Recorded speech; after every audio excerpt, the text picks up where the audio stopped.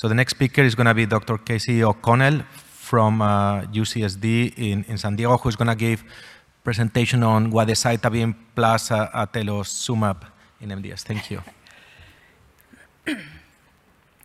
Thank you. I appreciate the opportunity to be here and to share the preliminary results of our study with SGI-110 or Guadecitabine and Atezolizumab in patients with relapsed and refractory MDS. Here are the disclosures for myself and some of the co-authors.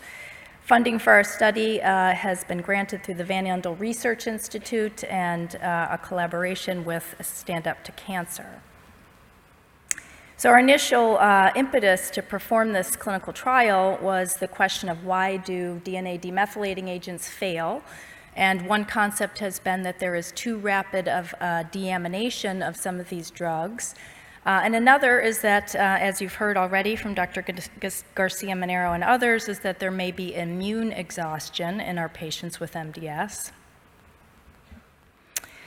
These data were already presented by Dr. Garcia-Manero and formed the basis for our original thoughts. PD-L1 expression on MDS blasts appears to be induced by interferon, TNF-alpha, and then Yang and colleagues at MD Anderson showed that PD-L1 and PD-L2 expression are increased over time of exposure to DNA demethylating agents.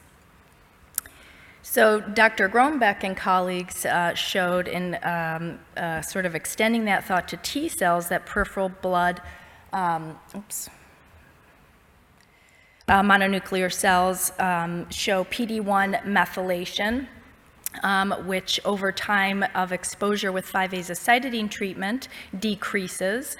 And then in the bottom left panel, you see that as the blue bars decrease with PD-1 gene promoter methylation, we see increased expression of the gene in the red bars, and that occurs in both CD4 and CD8 T cells. So we wanted to bring these concepts to relapsed and refractory MDS, which we feel is still a very unmet need with no approved therapies, a median survival that's very poor after azacitidine failure, as reported by Finot and colleagues, of 5 to 6 months. There were data from our phase 2 study with SGI-110 or Guadecitabine in HMA-naive and relapsed refractory MDS patients, with patients having a median age of 72. For relapsed and refractory patients, the overall response rates look to be approximately 40%, with very few CRs in that group, and a median overall survival that looks to be almost 1 year. There were 24% drug-related SAEs, and 2 of them were fatal. Our group with Aztec Otsuka has actually just published this in Lancet. It's in press and should be out soon for your reading pleasure. As Dr. Azab presented yesterday, Guadecitabine seems to be a newer, better decitabine. It's a prodrug that resists deamination for longer, and therefore, as compared to the black dotted line, which is the decitabine AUC, the exposures to Guadecitabine are much more protracted over time, which we feel will result in better demethylation within the tumor cells. Studies are ongoing in relapsed refractory AML and relapsed refractory MDS with this drug. Atezolizumab, as you probably know, is a monoclonal antibody that targets PD-L1. It's already FDA approved in a variety of solid tumors, and the idea behind combining it is that cytopenias and infections do not pose a significant toxicity. So we conducted a phase 1-2 trial looking at safety and tolerability of the combination of Guadecitabine with Atezolizumab, obviously looking at DLTs, and then a phase 2 portion of the study that would look at efficacy of the combination as measured by overall response rate and overall survival. We decided not to include a cohort of untreated MDS patients in order to get to study completion. And as mentioned, the Van Andel Research Institute and Stand Up to Cancer are sponsors. This is a multi-site study conducted with my site, University of Southern California, Temple Fox Chase, University of Maryland. And our correlative data is done here with Dr. Groenbeck's lab at the Rig Hospital in Denmark. So the phase 1 design is shown here on the left. It's a typical 3+3. We have made it through that and reached what is considered the recommended dose of Guadecitabine of 60 milligrams per meter squared. The phase 2 design is a 28-day cycle with the Atezolizumab given at a fixed dose of 840 milligrams every 2 weeks, slightly different than how it's used in solid tumors. We've now treated 21 patients, 6 in phase 1, 15 in phase 2, and the data will be combined for the whole cohort. Our median age is 73 with a range of 55 to 86 years old. 48% of the patients are female. In terms of prior therapies, all of these patients are previously treated, most with 5-azacitidine, as you see here, a few with D-cytabine as well, usually in after 5-azacitidine failure, and then one patient had already been treated with Guadecitabine on trial. 17 of the patients had had 1 prior line of therapy and 4 had had 2. 9 of the patients had primary refractoriness to an HMA, which does constitute, we know, a group with poorer overall survival, and that was 43% of our population so far. So here are our adverse events, which, as Dr. Garcia-Manero mentioned, can be tricky in this disease using immune checkpoint inhibitors. We had no DLTs in phase 1, so we were able to move forward at the 60 milligram per meter squared dose of the Guadecitabine. We had in terms of grade 3, we had 12 non-immune, 5 immune-related SAEs, and at grade 4, 12 and 1.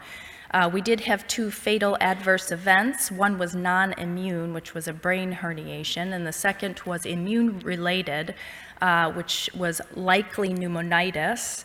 I'll talk about that in a second. We did have some other immune-related AEs. There was a grade 2 arthritis, which was treated with less than 10 milligrams of prednisone, so that patient who was actually in a complete remission was able to remain on study.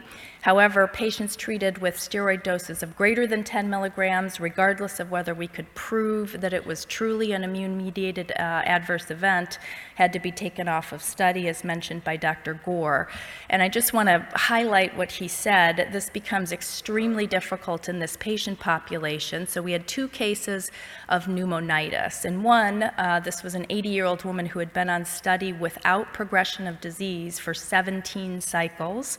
And it was pretty clear it was a subtle bilateral pneumonitis. She was not hospitalized, just had a little bit of shortness of breath. She responded to a very short course, just a 5-day Medrol pack, but we had to take her off of study. So that was somewhat unfortunate that we couldn't retreat her since it was such a subtle problem.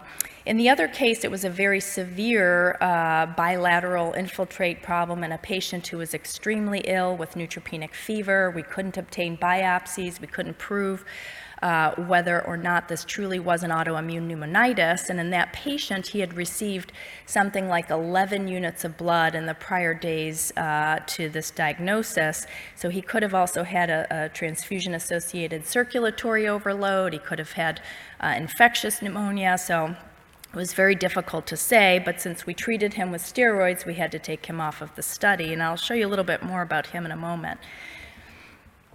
Here are the reasons for patients who went off study. One patient who had achieved a marrow CR at cycle 6 went on to an allostem cell transplant. 9 patients came off of study for progressive disease. 2 patients went to receive alternative therapies. 2 patients, as I mentioned, had died, and 2 patients had toxicities, one of which was the same pneumonitis patient, and then a second pneumonitis patient, as I mentioned, who was relatively well and easily treated. So these are our best responses. So our total population of 21 patients had an overall response rate of 33.3%, with 1 patient in a true CR, 3 patients with marrow CR, 2 with hematologic improvement for red cells, and 1 with hematologic improvement for neutrophils. Another 5 patients, or 24% of our group, had stable disease.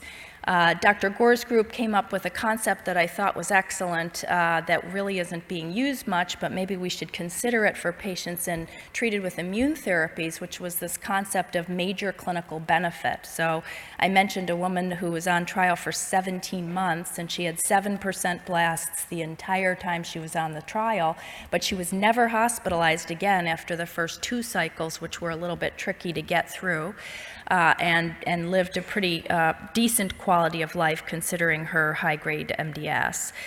So she would be somebody who never achieved an IWG criteria defining response, but we feel she had major clinical benefit. So when we did the correlative studies, we included her as a responder.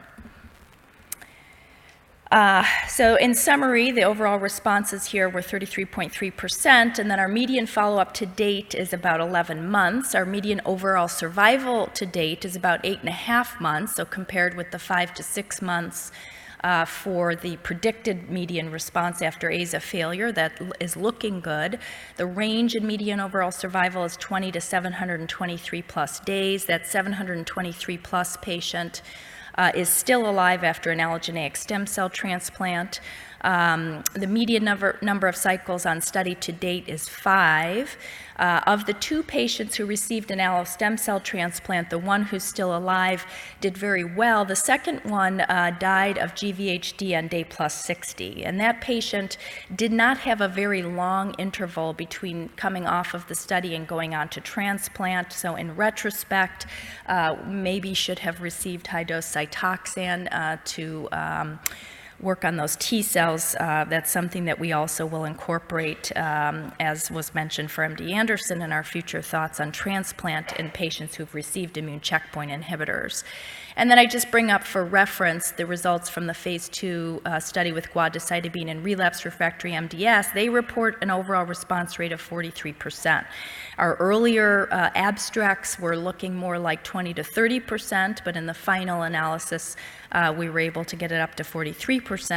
So whether we're just seeing the effect of Guadecitabine here in this population, I'm not entirely sure. I think the median overall survival will be important, as will our correlative data. So one thing I did want to point out is that among our 43%, or 9 patients with primary refractory disease, so they never responded to an HMA, 5 of them, unfortunately, we couldn't assess for response. 1 withdrew consent too early, and 4 are still on trial, but too early to assess their responses. But among the other 4, all 4 of them seem to be responders to some degree. So a 75% overall response rate among 4 evaluable patients with primary refractory disease. Obviously, that's not a lot of patients, but I think that's something that we'll want to take a look at in our final analysis. We do have a very extensive correlative data goal, and that's a nice thing about being part of this consortium, but we don't have a whole lot to report just yet, but we will be doing RNA sequencing of upregulated genes, some T cell repertoire and antigen recognition epitope analyses, T cell and marrow methylation patterns, and some immunohistochemistry, which is proving to be somewhat difficult. Here's an example of the correlative work we're doing. This is one of the patients, the long-term responder, her bone marrow, and in the top row we see CD39 expression of by CD8 positive T cells, and essentially at baseline there is some expression already there, and then after cycle 4 we see sort of an increase, which is interesting. The next row is activation marker Ki67 on T cells, again from the bone marrow, which seems to some extent to increase and to correlate with the bottom row, which is CD34 positive blasts in the marrow, which decrease in this patient after cycle 4. This is a correlation of the immune activation and clinical outcome in a different patient. So after cycle, or at cycle 2, day 1, before next exposure to a hypomethylating agent, we see upregulation of the PD-1 on T cells in the peripheral blood. Similarly, there's an intense activation measured by Ki67 at cycle 2, day 1. Of T cells. This is T cell Ki67, so a T cell activation marker with a slight reduction in blasts even after 1 cycle of exposure here. We summarized the T cell inhibitory markers, which we have a whole panel, but here's 2 of them, CD8 positive PD-1 expression. So if you see from left to right here on the first panel on the left, CD1 day 8, we see an increase in PD-1 expression, a real spike at cycle 2 day 1. And similarly, the inhibitory marker TIM3 appears to spike. Now, there's an orange line there which represents the patient that developed this very severe either pneumonitis or TACO, and he clearly has a very high activation of his CD8 inhibitory markers, as well as, he's the orange bar here, his CD8 activation markers measured here by Ki67 and 137. So the blue dots, as should have mentioned, are the responders. The gray dots are the non-responders. We couldn't measure response in the orange patient because he passed away, unfortunately.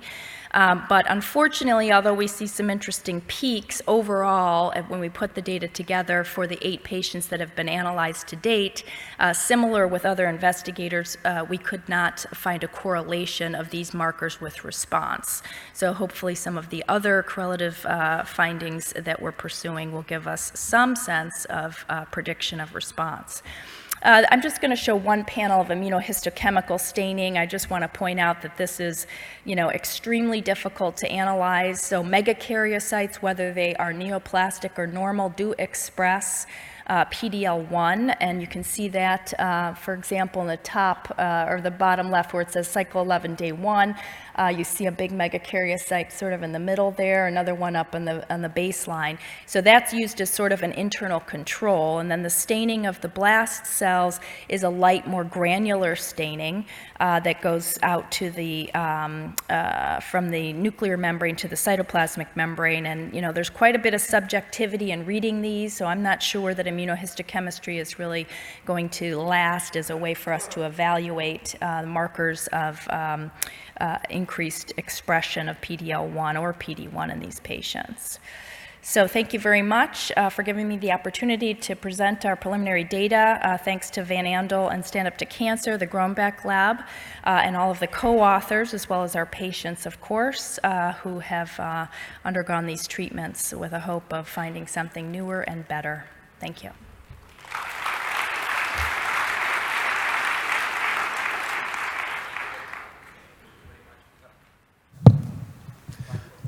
One question. One question. I thought they didn't want me to talk. That's why it was not. I don't blame them. Casey, that's very beautiful, and I think that the deep digging you're doing is really fantastic. And all of my colleagues here who've had the unfortunate chance to be have me as a co-author with them in a drug study will know about my whining about marrow CRs. What is the question, Steve? Come on. I'm getting there. About marrow CRs, Guillermo, you might be familiar. And, I think it's fine. We show the blast go away, and that's fine. I'm not being critical about it. But I do think that when one starts to look for associations between meaningful clinical responses and biomarkers, we know from the retrospective analysis we did of the AZA-001 study that the only patients who seemed to benefit survival-wise from azacitidine in the original study were those who had hematologic improvement, and you have patients like that. So I think it's fine to list some marrow CRs. I personally never put them together in a combined response rate because I think it's misleading. But I also think when you start bringing it into your analysis, you're selling yourself short because there's something different between people who recover their counts and people who don't. So I would just recommend that you kind of keep it clear about response and real response, just a thought. So if I'm not mistaken, there is no such thing as a CRI for the MDS, only for the AML, you can make any response definition you want in your trial. Because one of those marrow CRs actually met everything except for one neutrophil count was less than 1,000 once during an 8-week period. I have had MDS papers where I've used AML criteria, and I've had AML papers where I've used MDS criteria, and I think it's silly for us to parse them. As long as you say what you're doing in your paper and you're honest about it and consistent, go for it, girl. That's what I'd say. Well, it's great that you brought this up because that was something we were sort of not sure what to do with, and that patient only received one cycle and is still without any transfusion. And that is meaningful, right? Yeah, for 4 months. You know it at the bedside, it's a real response. Thank Okay, you. so thank you, Steve. Okay, thank you. Thank you very much.